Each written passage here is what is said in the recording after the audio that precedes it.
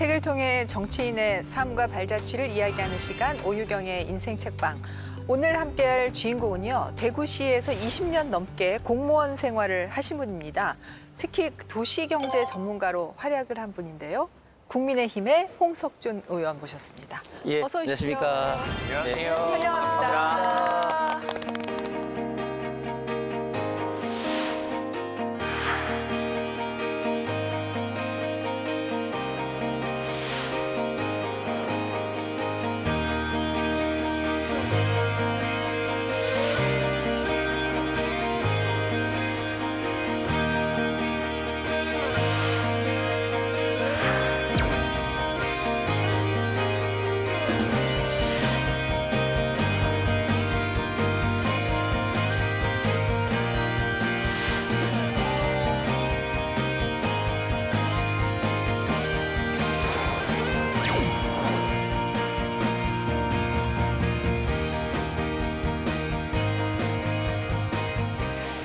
의원님, 그러니까 사회생활의 대부분은 공무원이셨던 거네요. 예, 한 24, 5년 했으니까요. 네네. 어느 공무원 생활을 하셨습니까? 예, 그 대구시의 공무원 생활을 주로 오래 했습니다. 예. 대구시에서 공무원 예. 생활을 오래 하셨기 때문에 네네. 대구시에 대해서는 뭐 너무 잘 알고 계실 것 같고 네네네. 또 지역구가 대구시잖아요. 네, 그렇습니다. 뭐 새로 시작하는 국회의원이시지만 뭐 이미 너무 경력이 많으셔서 능숙하시겠어요. 공무원이라는 행정기관은 이제 법을 이제 집행하는 기관이고, 네. 그리고 입법기관은 이제 법을 만드는 기관이기 네. 때문에 사실은 다른 면도 있지만 또 비슷한 면도 많고 해서 굉장히 좀 익숙한 점이 좀 많아서 국회 생활하는데 뭐 정치적으로 좀 싸우고 하는 것은 조금 어색합니다만은 네. 일을 하는 데 있어서는 좀 잘 적응하고 있습니다. 공무원이셨던 분들이 잘 싸우지는 못하죠. 꼼꼼하시잖아요.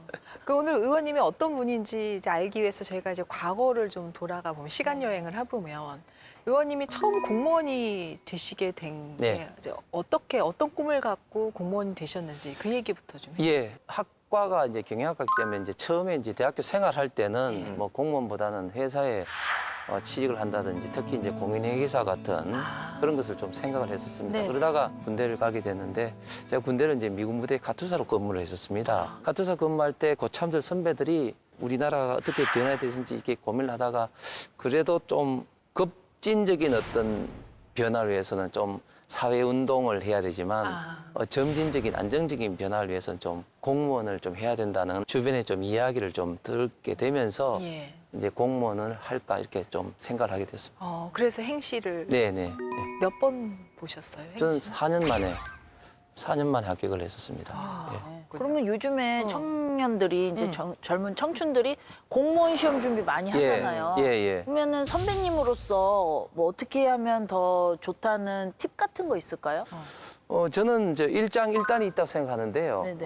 젊은 분들이 사실은 저는 좀 더 좀 과감하게 좀 글로벌로 좀 나가는 그런 도전적이고 좀 진취적인 분야로 좀 저는 좀 나갔으면 좀 좋겠습니다. 그런데 글로벌로다가. 사회가 갈수록 이공계통은 뭐 의대라든지 또 문과계통은 좀 갈수록 뭐 공무원 선호를 좀 하다 보니까 좀 네. 안타까운 면도 있는데 그러나 이왕 한다면은 확고한 목적의식을 좀 가져야 된다. 그러니까 공무원의 가장 큰 장점이 소위 말하는 철밥통 신분 보장이 되기 때문에 나는 안정적인 그런 삶을 위해서 공무원을 한다 이런 것보다는 내가 공무원으로서 어떻게 우리 지역과 우리 대한민국을 바람직한 방향으로 하는데 내가 어떤 역할을 할 것인가 이런 좀 목적의식을 갖고 좀 시작했으면 좋겠습니다. 의원님께서 공무원으로 또 오랫동안 예. 활동을 하셨는데 또 정치인의 길을 걷게 네. 됐단 말이죠. 네. 어떤 결심으로 이렇게 정치의 길을 걷게 되신 건가요?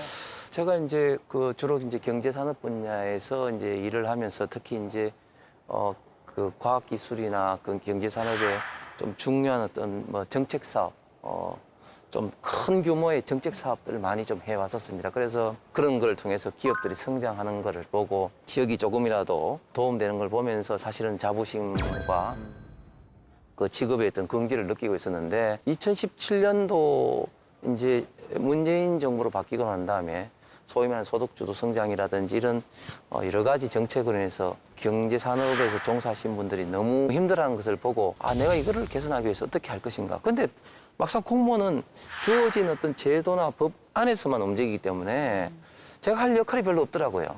그래서 이제 내가 그러면 할 수 있는 분야는 무엇인가 생각해 보니까 국회, 정치 이런 분야를 좀 생각하게 됐는데 그럼 또 현실은 쉽지가 않죠. 그래서 고민하다가 결국은 우리 와이프의 결제를 덕해서 결국은 이제 움직이게 되었습니다. 그 어렵다는 정치인을 되기 위해서 거쳐야 되는 네. 부인의 결제. 그게 제일 어려워요. 가장 어렵습니다. 그러니까요. 네, 가장 어렵습니다. 아, 어떻게 결제를 받으셨어요? 그러니까 이제 와이프도 그냥 뭐 반 포기한 거죠. 뭐 제가 이제 어줍지 않게 계속해서 저희 이제 고민을 네. 뭐 맨정신에서나 아니면 술 마시면서 나라가 이렇게 했어야 되겠냐 이렇게 네. 하도 하니까 세뇌를 좀 시킨 모양입니다. 네. 그러다가 이제 와이프는 저 인간은 계속해서 이제 공무원으로 안 마치겠구나 예. 이런 좀 생각을 하게 된 것 같아요. 그래서 제가 이제 결정적으로 말하게 될 때는 의외로 쉽게 좀 승인을 해주셨습니다. 공무원 생활하면서 하신 역할 가운데 지금 생각해도 아 그래 이거는 내가 그래도 20년 공무원 생활 중에 내놓을만 해.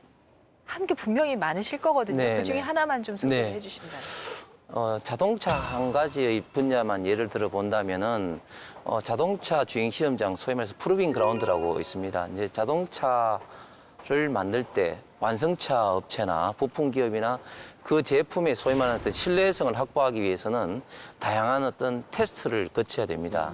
현대자동차 같은 개별 기업에서만 이제 한계가 경기도 화성 남양에 있습니다. 그래서 이제 제가 이제 2006년도 이 사업을 기획을 해서 2014년도 이제 완공을 했는데 지금 그 시설을 완성차 기업뿐만 아니라 우리 지역을 비롯한 많은 우리나라의 부품 기업들이 이용을 많이 해서 예. 지금도 뭐 대기를 엄청나게 해야 될 정도로 아주 각광을 받고 있고 그 실험을 통해서 기업들의 어떤 R&D 어떤 경쟁력이 좀 향상되는 것을 보면서 지금도 좀 뿌듯해하고 있습니다. 그러셨군요.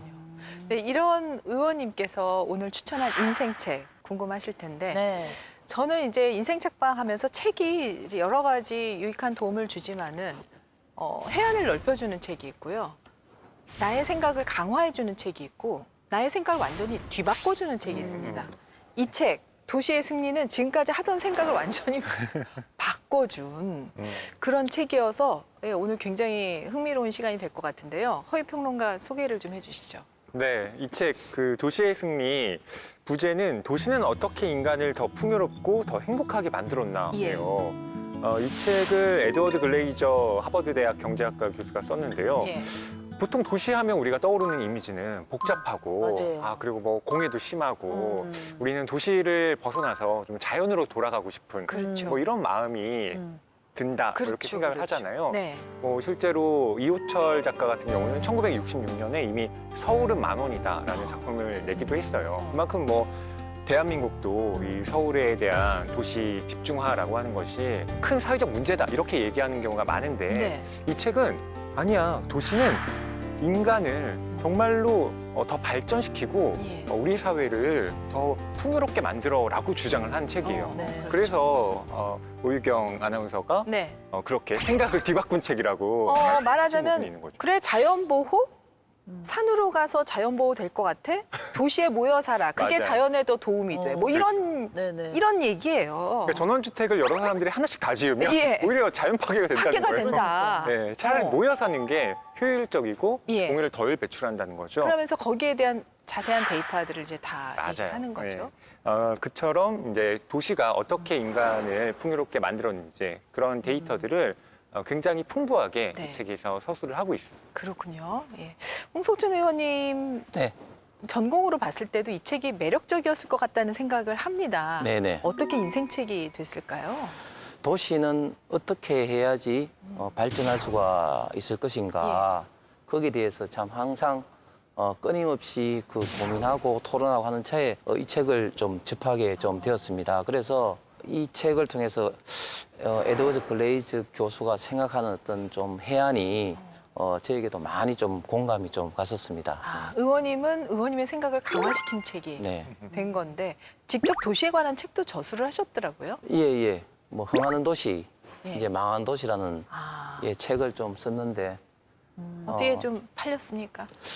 조금 자랑을 하자면 오. 많이 팔렸나 보다. 2018년도 제가 이제 세종연구소에서 이제 연수를 받을 때 썼습니다. 예. 연수를 받을 때 제가 이제 3가지 목표를 정했습니다. 책 3권 쓰고 뭐 이런 목표를 정했는데 2권을 쓰다가 이제 한라산 등반하다가 손가락 부러져서 더 이상 못 썼습니다만 그 중에 이제 첫 번째 책이 이제 그 흥하는 도시 망하는 도시라는 책으로서 한 4세까지 냈고 그다음에 이제 제가 전혀 홍보도 안 하고 사실은 또 이제 출판사가 계명대학교 출판사였습니다. 그래서 예.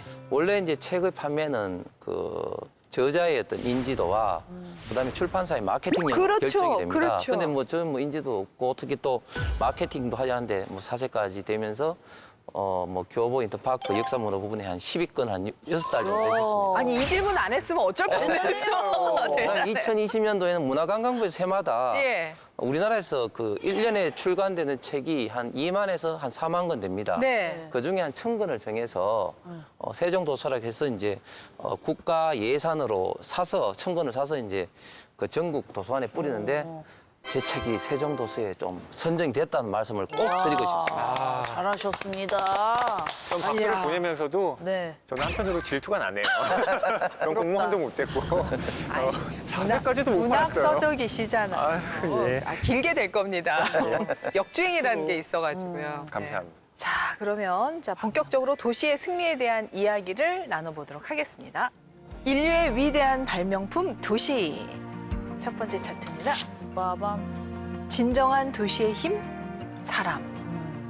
진정한 도시의 힘을 사람으로 꼽았군요.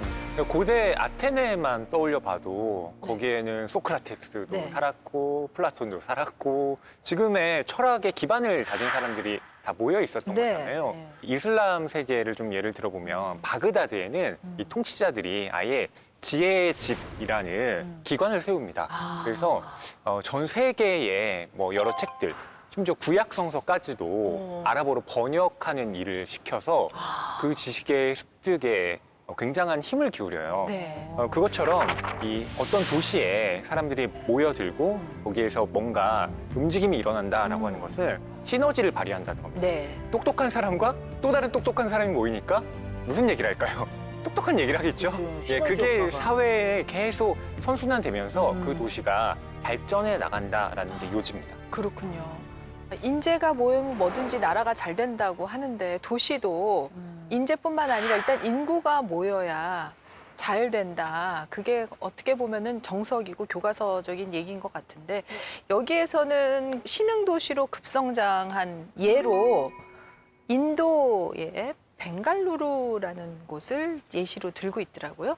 의원님께서 조금 소개를 해주실 수 있을까요? 네, 이 벵갈룰루가 데칸 고원, 그러니까 인도에서는 어떻게 보면 좀 남부 쪽에 있는 도시인데 옛날 이름으로는 이제 벵갈로우라고 하는데 왜 벵갈룰루로 바뀌었냐면은 인도는 잘 아신 것처럼 각 지방마다 좀 언어가 좀 다릅니다. 그래서 그 벵갈룰루를 둘러싸고 있는 그 지역의 언어대로 발음을 하니까 이제 벵갈룰루로. 말이 안 통하더라고요. 예, 그렇습니다. 진짜 놀라웠어요. 아예 말이 안 통한다는 사실 때문에. 예, 인도가 잘 아시는 것처럼 19단까지 외우게 되면서 수학이나 국민들의 좀 이런 기본적인 어떤 그런 IT 관련된 인프라가 있는데 특히 이제 이 도시 같은 경우는 IT 관련된 집중적인 지원을 통해서 많은 또 기업들을 유치를 하고 또 이렇게 하다 보니까 굉장히 이제 기업들이 조금씩 오게 되고 또 중요한 게 뭐냐면은 인도 같은 경우는 이제 영어가 되면서 특히 미국과는 이제 12시간의 시차가 나기 때문에 글로벌 기업들이 대부분 예를 들면 아마존 같은 경우 콜센터에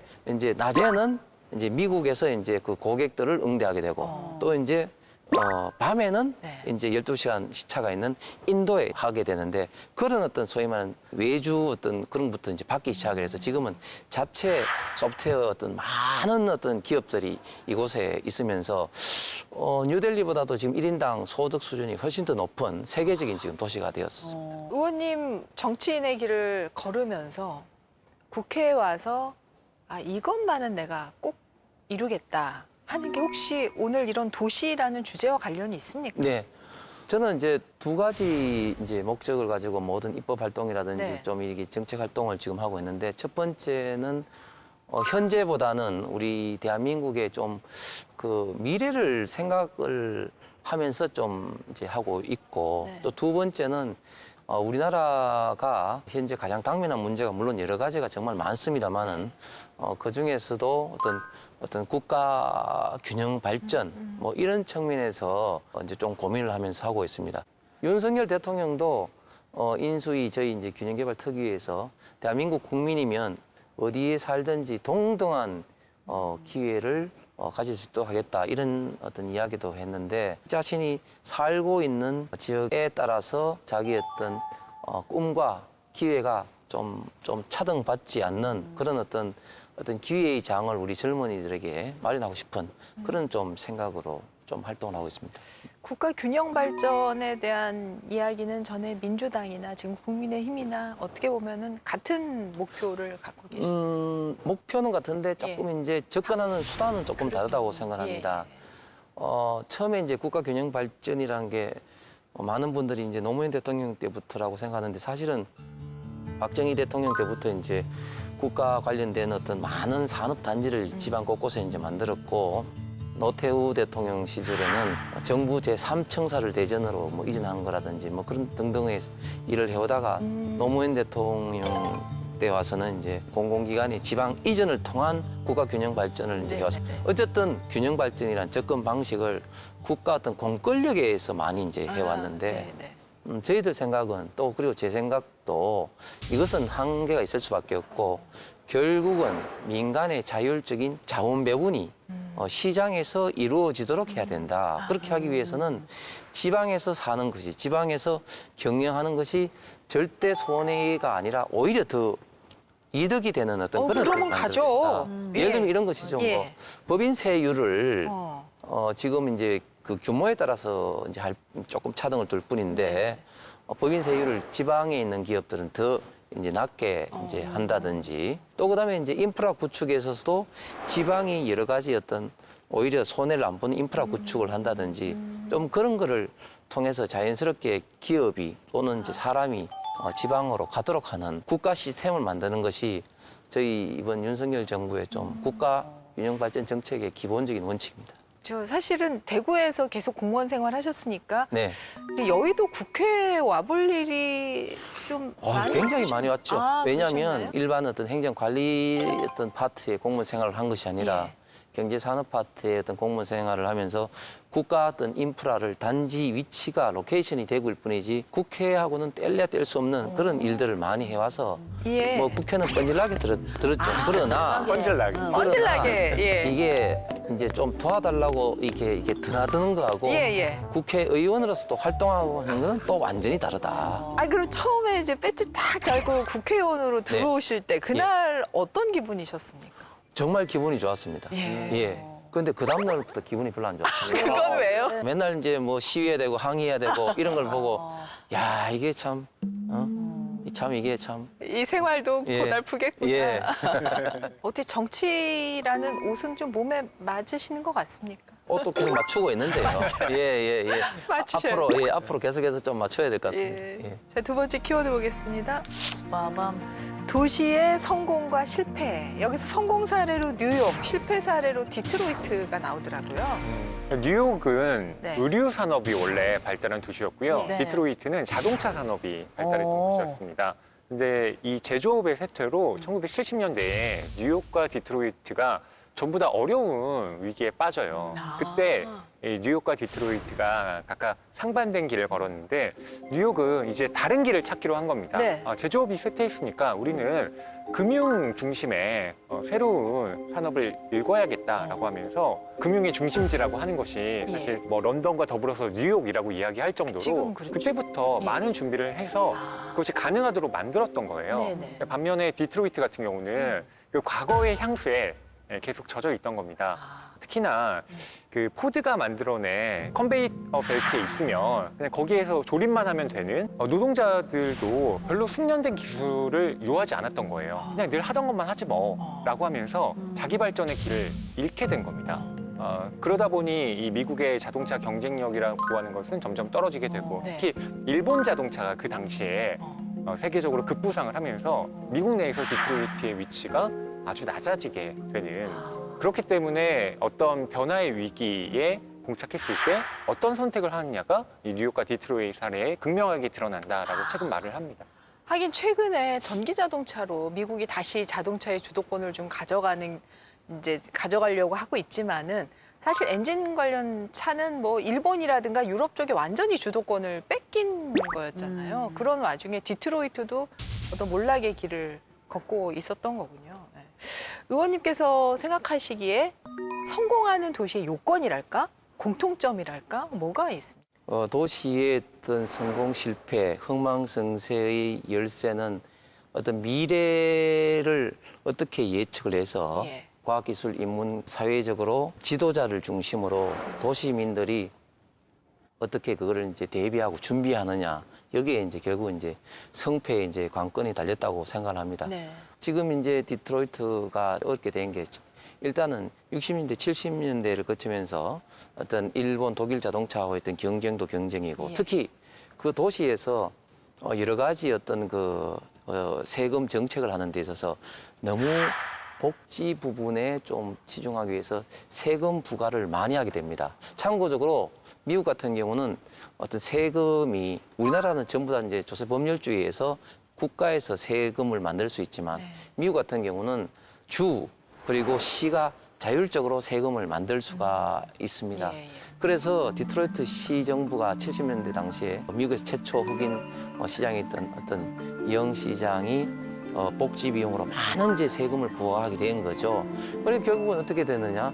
잘 사는 사람들은 도전. 세금을 피하기 위해서 디트로이트 외곽으로 그냥 다 이사를 해버린 거죠. 그러니까 오히려 이 디트로이트 다운타운에는 이제 공동화가 상대적으로, 돼버리고 예, 공동화가 어려운 돼버리고 더 사람만 가난한 사는 사람들만 거죠. 아. 있게 되는 거고. 그다음에 또 중요한 건 뭐냐면은 미국 남부의 도시들이 경쟁적으로 자동차 기업을 이제 유치하기 시작합니다. 알라바마라든지 조지아라든지 이렇게 됨으로써 디트로이트가 갖고 있는 자동차 도시라는 그 명성이 굉장히 이제 쇠퇴를 해버리죠. 우리나라 같은 경우도 잘 아시겠지만 기아 자동차는 지금 이제 애틀란타, 조지아 공장이 있고 네. 그다음에 현대자동차 같은 경우는 이제 알래바마에 있듯이 이제는 이제 남부 선벨트 지역에 오히려 더 많은 자동차 공장이 있으면서 이제 디트로이트 경쟁력이 이제 더 이제 몰락하게 그렇게 이제 된. 그래서 결국은 미래 환경에 대비해서 지도자와 그 시민들이 도시민들이 준비와 대응을 하느냐 이것이 영원한 어떤 과제 숙제일 것 같습니다.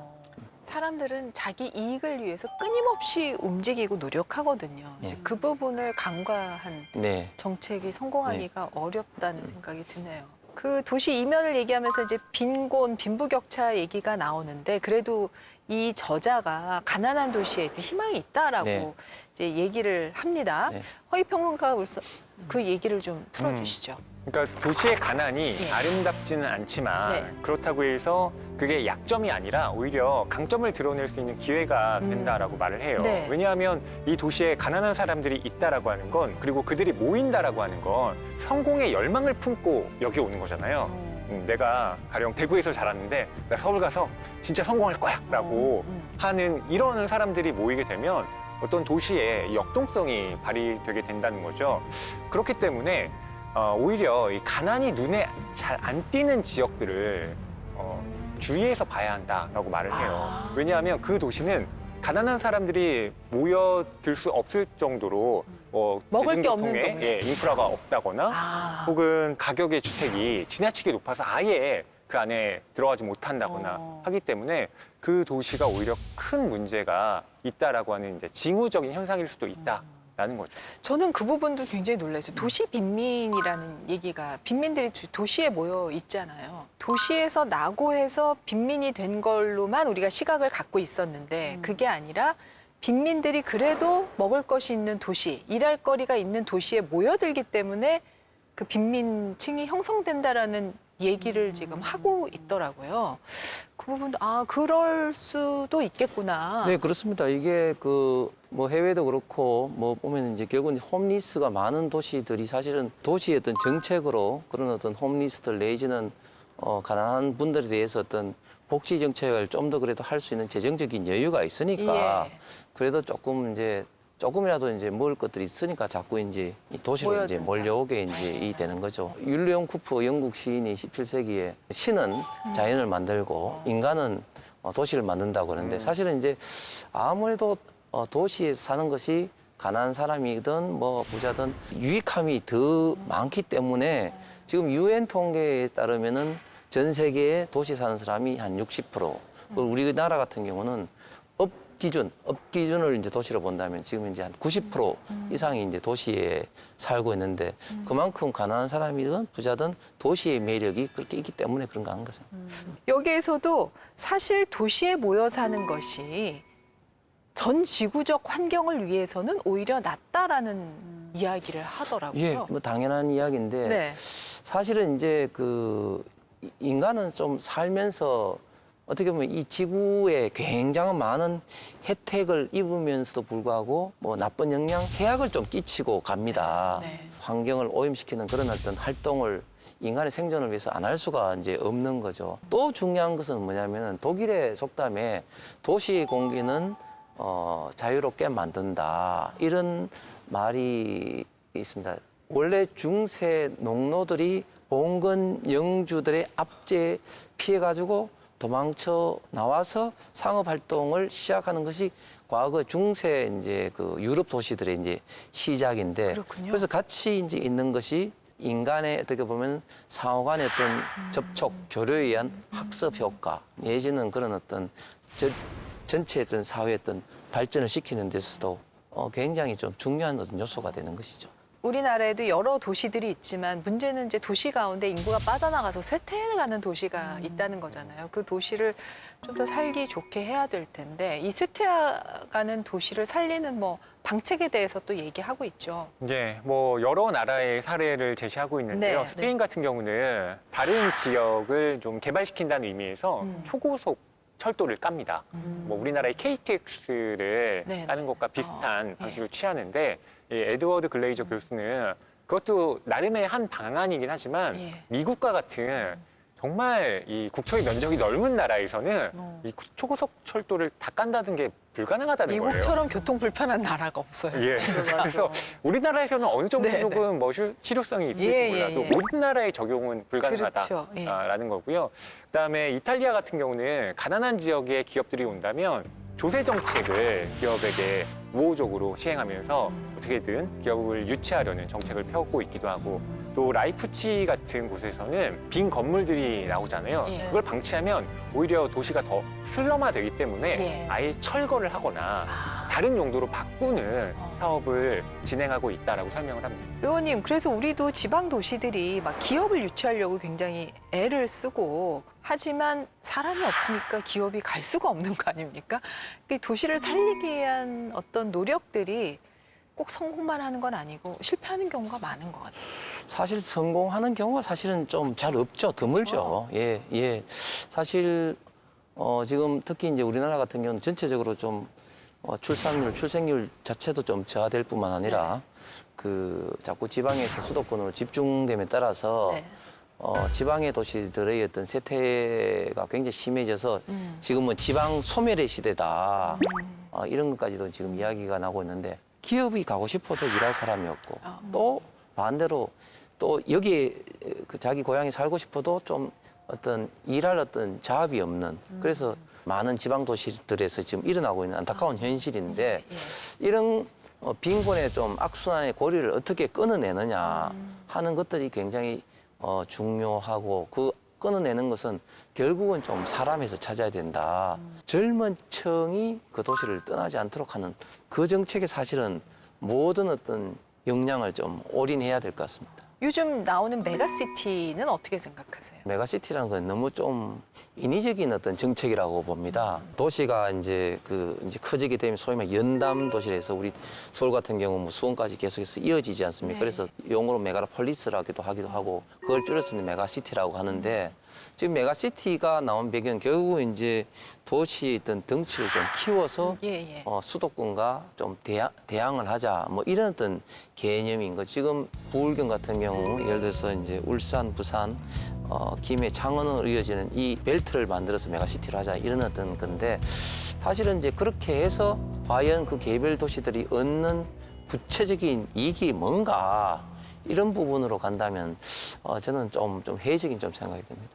의원님이 너무 이 도시의 발전과 균형에 대해서 고민을 무지 많이 하시고 공부를 많이 하시는 것 네. 같아요. 그렇다 보니까 조금 이제 좀 내려놓는 시간을 가져보려고 하는데 네. 의원님의 재치를 좀 테스트하기 위해서 네. 권진영의 5글자로 말해요라는 네. 코너를 준비했습니다. 네, 네, 네. 그냥 편하게 네. 말씀해 주시면 됩니다. 네. 첫 번째 질문 드리겠습니다. 최근 기쁜 일? 정권 교체. 이건 네 글자. 네 글자예요. 네, 네 글자. 아, 5글자로요? 네, 5글자. 정권을 교체. 정권을 교체. 교체. 예, 예, 그럼 좋습니다. 두 번째 문제. 네. 자기 자랑 좀. 왜 이렇게 수심이 가득하시죠? 별로 자랑할 게 자랑을 안 해보셔서 네. 자랑을 끌어내 보십시오. 자랑 많으신 것 같아요. 도시 전문가. 도시 전문가 다 해주셨어요. 그러니까 지금. 이렇게 자랑을 아이고, 생활하시. 감사합니다. 감사합니다. 도시 전문가십니다, 의원님은. 네, 그럼 세 번째 문제. 지금 고민은 상임위 결정. 이미 결정. 그냥 듣기만 해도 정말 수심이 가득하네요, 의원님. 역시 일이군요. 그럼 또 다시 우리가 웃기 위해서 네. 다음 질문 드릴게요. 최애 음식은? 제가 뭐든지 잘 먹어가지고. 전부 다 좋아. 짜주시네요. 전부 다 좋아. 네, 전부 좋아하시는군요. 의원님의 이렇게 재치 테스트를 해봤는데, 우리 OMC랑 허희 씨 없으면 어쩔 거야. 진짜 의원님은 우리랑 같이 다녀야 돼. 어디 가려고 해도. 아니, 그래서 아주 훌륭하신 두 분이 계십니다. 그러니까요. 그리고 장점도 짜주셨잖아. 꼭 기억하세요, 의원님. 알겠습니다. 네, 감사합니다. 자, 인류의 위대한 발명품 도시. 빠밤. 도시의 미래 마천루.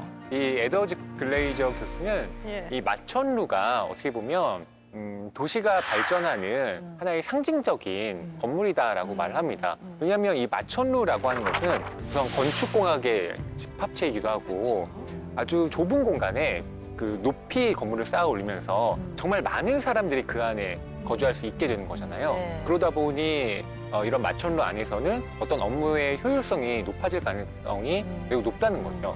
근데 뭐 파리라든가 뉴욕 같은 경우는 워낙 예전에 지어진 건물들이 많고 또 그것을 이제 완전히 바꾸는 그 작업에 대해서 행정부에서 맡고 있거든요. 거기는 보존을 굉장히 중시하는 네, 지역이죠. 뭐 고도 제한을 둬서 네. 건물을 아주 높이 못 올리게 한다든가 네. 뭐 이런 정책을 펴고 있는데 거기에 대해서 에드워드 글레이저 교수는 그게 바로 혁신을 가로막는 거다. 보존을 하는 것 그것이 중요하다고 하지만 도시의 발전 자체를 저해해서는 안 된다라고 강조하고 있는 거죠. 이 분의 이야기를 읽으면서 생각이 참 많이 다 바뀌었다고 하나?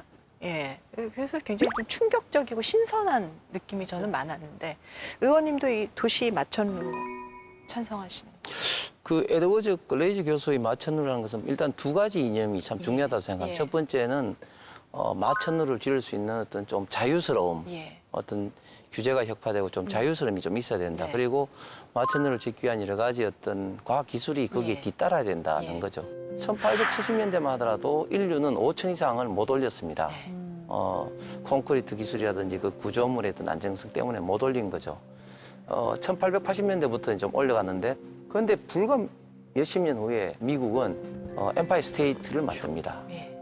엠파이어 스테이트가 얼마나 대단한 건물이냐면 잘 아신 것처럼 2001년 알카에다 집단이 원래는 대표적으로 엠파이어 스테이트를 공격하려고 했죠. 예. 그런데 그게 너무 구조적으로 튼튼하다 보니까 월드 트레이드 센터 쌍둥이 빌딩으로 이제 바꿨다는 유명한 이야기가 있습니다. 네, 네. 1937년에 그렇게 만들었다는 예, 거죠. 예. 거기다가 그런 규제를 없이 그렇게 할 수 있다는 그 자체가 정말 대단한 건데 우리나라로 눈을 돌려보면 1988년 올림픽을 앞두고 우리 63 빌딩이 최고 이제 높은 빌딩이었는데 그게 무려 30년 동안이나 지속되고 있었죠. 이제 최근에 이제 롯데 월드타워가 되는데 우리는 그 30년 동안 기술이 없었다기보다는 어떤 규제라든지 여러 가지 어떤 규제가, 경제적 예. 타당성 때문에 이제 마천루를 좀 이렇게 짓는 거를 좀 이제 주저하고 있었는데 제가 어제 밤에 석촌호수를 돌다 보니까 롯데 월드타워 얼마나 우리나라 국민들의 국격을 높이고 대한민국의 좀 자존심을 높이는지 생각해 보면은 다들 아마 공감은 저는 하실 거라고 봅니다. 엄청 멀리서도 보여요. 맞아요. 전 약간 자기의 어떤 뭐랄까 생각이 그대로 보게 하지 않고 생각이 그걸 보게 하니까 아 저런 큰 게 저기 떡 버티고 있네 하면서 약간 미운 시선으로도 보고 그랬는데 약간 그렇게도 보고 그랬는데 멋있긴 하죠. 예. 이걸 보면서 그렇게 생각하니까 또 다른 생각을 할 수 있구나. 전체를 위해서 과학적이고 합리적으로 따져봤을 때 나오는 정답에 대해서 우리는 더 이상 외면하면 안 된다는 생각을 네, 그렇습니다. 했어요. 네, 네. 의원님께서 어떻게 보면 이제 도시의 경쟁력을 갖추기 위해서 정책적인 뒷받침을 이제 마련할 수 있는 어떤 경험과 네. 실력을 갖고 계시잖아요. 어떤 뒷받침들을 조금 하시려고 준비하고. 수도권의 도시들과 지방의 도시들과 좀 이렇게 구분해서 이제 봐야 되는데 지방의 도시들은 위축되는 이런 어떤 국민에서 어떻게 다시 도약할 수 있는 그런 어떤 계기를 이제 만들어 주느냐 그것이 예. 이제 인프라든 아니면 사람이 모이게끔 하든지 그런 계기를 만들어 주느냐 했던 문제고 또 이 수도권의 도시들은 어떤 혼잡함 특히 어떤 부동산 가격의 상승 네. 이런 것을 이제 어떻게 이제 막을 수가 있느냐 국가 균형 발전 차원에서 이야기를 하면 결국은 이제 사람이든 돈이든 기업이든 지방에서 사는 것이 더 유리한 어떤 그런 여건 조성, 환경 조성을 경제 시스템으로 만드는 네. 것이 도시 전체적으로 우리나라 도시 전체를 봤을 때는 굉장히 중요한 시점이다 생각합니다. 예, 예. 의원님 이제 눈 깜짝할 사이에 좀 시간이 지나고 계시죠? 네. 지금까지 저 국회의원으로서의 시간을 좀 평가하신다면 뭐라고 예, 해보시겠습니까? 뭐 지금까지는 뭐 사실 잘 국회에 이런 어떤 시스템도 잘 네. 뭐 이렇게 잘 모르는 과정에서 특히 저희가 이제 소수 야당이라는 좀 한계 속에서 조금 시간이 좀 지나온 것 같습니다. 네. 앞으로는 이제 시스템도 조금은 알게 되고 특히 이제 집권 여당으로서 좀 더 이제 국가의 어떤 플랜을 짤 때 저희 생각을 좀 많이 좀 반영할 수 있는 그런 어떤 기회가 좀 많이 좀 올 것 같아서 좀 기대가 됩니다. 예, 예. 그럼 의원님 남은 임기 네. 동안은 어떤 마음가짐으로 의정 활동을 이어나가실 생각이세요? 이번에 이제 우크라이나 전쟁에서도 봤듯이 이제 전 세계가 굉장히 좀 어느 한 지역도 어느 한 순간도 굉장히 좀 그 안전하지 않은 그런 네. 어떤 상황입니다. 이런 상황에서 우리 대한민국의 어떤 미래를 위해서 우리가 지금 현재 시점에서 준비해야 될 것은 무엇인가?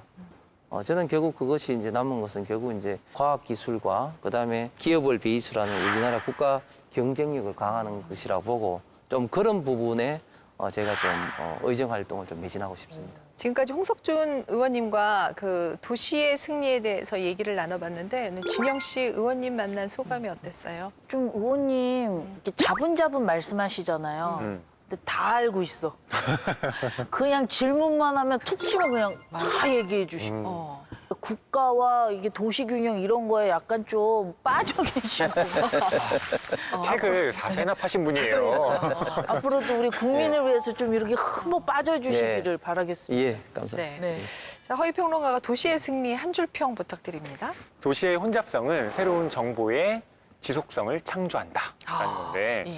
혼잡하다라고 하는 건 우리는 대체로 싫어하지만 예. 혼잡함이라고 하는 것이 창조의 어떻게 보면 동력일 수 있다라고 네. 하는 걸 저도 이 책을 보면서 새로 알게 됐습니다. 네, 정말 사람이 모여 있다는 것은 엄청난 큰 힘을 발휘할 수 있는 거구나라는 생각을 하게 되고요. 오늘 의원님을 처음 보신 시청자분들도 많으실 거예요. 초선 의원이시고 오늘 많이들 예쁘게 보셨을 것 같은데 네. 이런 또 전문가가 우리 국회에 들어왔구나 하고 시청자분들에게 하고 싶은 메시지가 있으시면 해주시죠. 예, 우리 국민 여러분 그리고 우리 국회 방송을 사랑하는 시청자 여러분, 예, 뭐 잘 모르면서도 좀 이렇게 또 귀한 시간을 내서 이렇게 좀 말씀드리게 되는 기회가 있어서 너무 좋습니다. 도시가 살아야지 대한민국이 살게 됩니다. 특히 지방의 도시들이 굉장히 좀 어렵습니다. 이 문제에 대해서 윤석열 정부는 최대한 문제를 해결하기 위해서 노력을 할 때 우리 시청자 여러분들께서도 많은 관심과 그리고 조언을 좀 부탁드리겠습니다. 네, 도시 전문가 무엇이든 잘 먹는 우리 홍석준 의원님 응원하면서 인생책방 여기서 마치겠습니다. 네. 감사합니다. 감사합니다.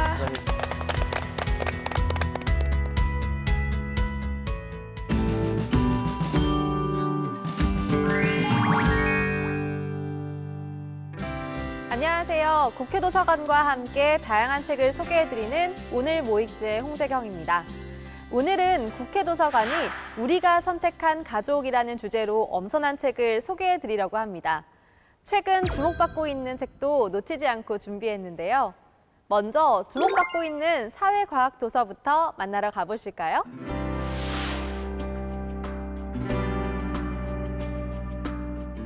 첫 번째 책은 로버트 D. 퍼트넘의 책 업스윙입니다. 하버드대 공공정책 분야 로버트 D. 퍼트넘 교수는 미국이 개인주의적인 나 사회에서 공동체주의적인 우리 사회로 전향했다가 다시 원래 개인주의적인 나 사회로 되돌아가는 과정을 추적해왔습니다.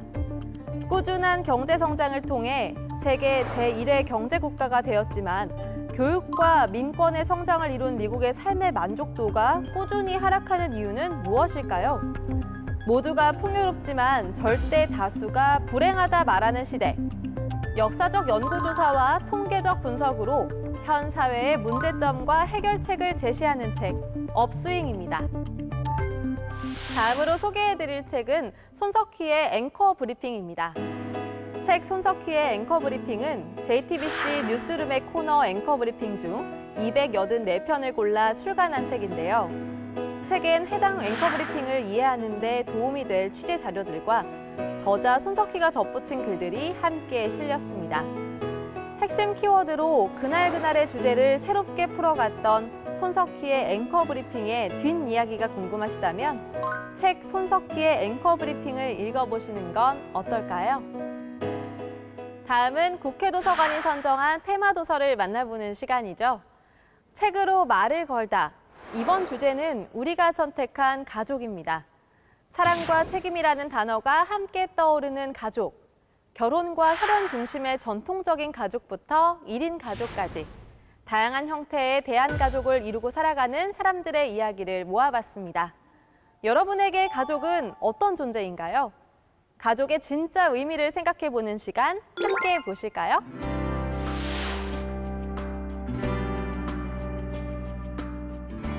우리가 선택한 가족의 첫 번째 책으로 책 오히려 최첨단 가족을 소개합니다. 40에 은퇴한 남편, 관습으로 규정되어 온 가사노동과 육아 방식을 내려놓은 엄마. 학교 공부보다는 친구들의 사랑과 인정을 위해 뜨개질과 요리를 하는 큰딸. 자기가 원하는 게 아니면 절대 하지 않는 고집스러운 작은 딸. 작가 박혜윤 가족의 이야기입니다. 책 속에서 그는 우리가 선택한 가족 실험, 세상의 시스템, 우리 식대로 살기 등 그의 가족이 원하는 가족의 모양을 만들기 위한 일상의 여러 실험들을 소개합니다. 우리 가족이 함께하는 시간 중 가장 행복에 가까운 순간을 꼽으라면 거실에 모여 각자의 일에 몰두해 있을 때이다. 상대를 그대로 인정하려 노력하는 가족의 이야기. 책 오히려 최첨단 가족을 추천합니다. 우리가 선택한 가족 두 번째 책은 국내 최초 생활 동반자법 명칭을 만들고 입법 내용을 제안한 책, 외롭지 않을 권리입니다. 한국에서는 가족이 되는 비용이 너무 비싸다. 그 비용이 너무 비싼 나머지 가족 없는 사람이 되기로 결정한다. 저자는 장애인, 노인, 1인 가구 등 법 밖의 가족 당사자들을 만나며 느꼈던 사회적 단절, 심리적 외로움, 고독사 등의 사회 문제를 해결할 방법으로 외롭지 않을 권리를 제안합니다. 성별이나 같이 사는 이유가 아닌 서로 돌보며 함께 살겠다는 약속으로 맺은 자발적 관계에 사회복지 혜택과 같은 법적 권리를 보장하는 생활 동반자법, 책 외롭지 않을 권리를 읽어보시는 건 어떨까요? 마지막으로 소개해드릴 책은 비혼이고 아이를 키웁니다입니다. 2010년, 2013년 아이를 입양한 비혼 작가 백지선은 비혼자가 아기를 입양해서 키우는 작가의 소소한 일상 이야기를 통해 혈연과 양육, 정상 가족에 대한 고정관념, 보호 아동을 둘러싼 논란에 대해 말합니다. 두 딸과 함께 세상을 배우고 있다 말하는 작가 백지선의 결혼도 출산도 아닌 새로운 가족의 탄생 이야기. 책 비혼이고 아이를 키웁니다를 읽어보시는 건 어떨까요? 오늘도 국회도서관 추천도서로 즐거운 독서 시간 되시기 바랍니다. 자세한 책 내용은 국회 도서관 홈페이지에서, 다시 보기는 국회 방송 홈페이지에서 보실 수 있습니다. 저는 다음 주 새로운 책과 함께 돌아올게요.